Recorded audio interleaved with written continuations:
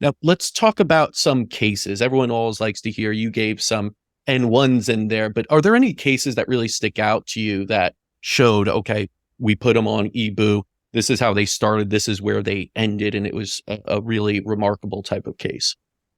Yeah. I mean, done podcasts before, and I like to start with my mother because she was like Mm. the first patient, Hmm. right?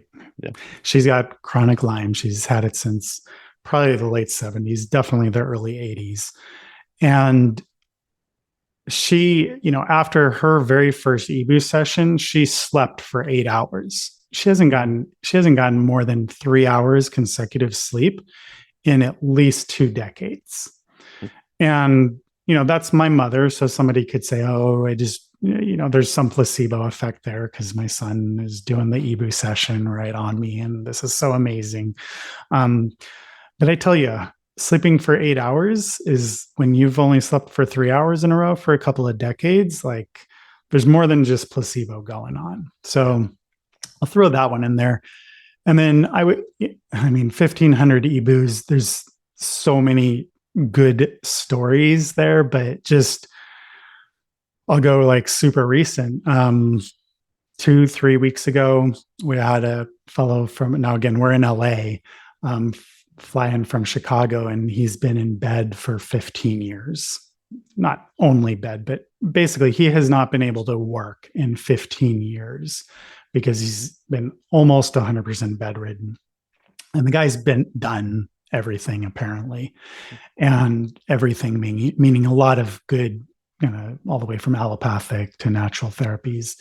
And he, got a EBOO session, and he's just like, this is the best therapy that I've done over my 15 years of doing supposedly the whole gamut of all of the medicine out there, right? You talked about the 20 things, right? Doing them all at once. We don't want to do them all at once, but he's done those 20 plus things, right? And it was interesting because because EBOO is such a highly oxidative therapy, I've always tried to, tend to do no more than one in a week. Though sometimes I might do like a Monday, Friday in a person, or a Monday, Thursday, for example. But I've always tried to make sure that there's 2 or 3 days in between two EBOO sessions. Well, this person, he did well with that. He insisted, he's like, this is truly the best thing. I want to do these consecutively. I'm like, I don't know about that. But he did well with just one day in between the two sessions. And so we did it 2 days in a row. And, he's again, it's like this for him is like magic. It's that silver bullet. So I don't want to say this is a silver bullet for everybody, because it's absolutely not. There's different people have different silver bullets, right? But for him, this was kind of his silver bullet. And it was just really exemplifying of the potential of EBOO with UV light therapy.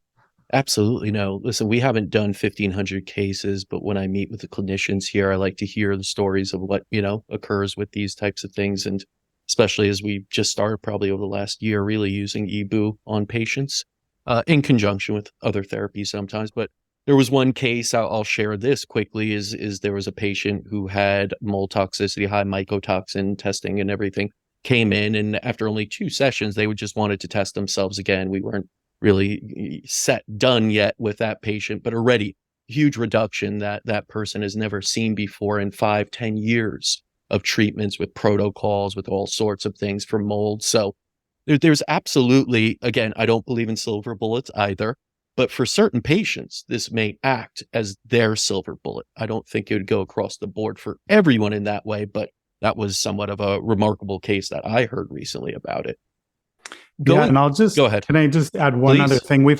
I don't do live blood cell analysis in my Mm-hmm. office, but I'm a big fan of it. And it's basically just where you take a drop of a patient's blood, put it under a microscope, and you can see the health, right? The red blood cells they shouldn't be too clumped together. That's They right. should be nice and round. And it's just, once you've seen a bunch of healthy samples, you know what a healthy sample looks like.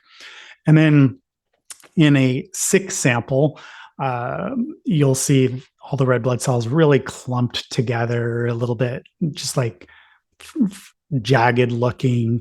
And we've had a number of patients who have done the before EBOO live blood cell analysis to the post live EBOO live blood cell analysis. And these patients have just come back and been like, it was incredible. It was so obvious that it just made the blood healthier. Yeah, And that's happened a number of times now. So wanted to share with you that because it's kind of other objective data. of Right? It's course. not just somebody talking about their symptoms, but it's objective data. Yeah, So no, much of healing is placebo, right? Which is beautiful. I'll take placebo every day you as long got as it. it works, right? Exactly. But it's like how much of the symptoms, oh yeah, I liked it, it had more energy. How much of that is placebo? But then when you do the studies, have the lowering of the fibrinogen, have the lowering of CRP as well, have the lowering of SED rate, and have the live blood cell analysis to look at under the microscope with your own two eyes. It's very validating Oh, to the absolutely. therapeutic benefit of EBOO. We love those visuals. As much as labs are a visual, it's a piece of paper. When you Yeah. get to see under either a dark field microscope or live blood cell analysis, like those cells really looking healthy, not clumped, moving, and like you said, that's healthy blood. That's something else that gives you a affirmation of what's going on here.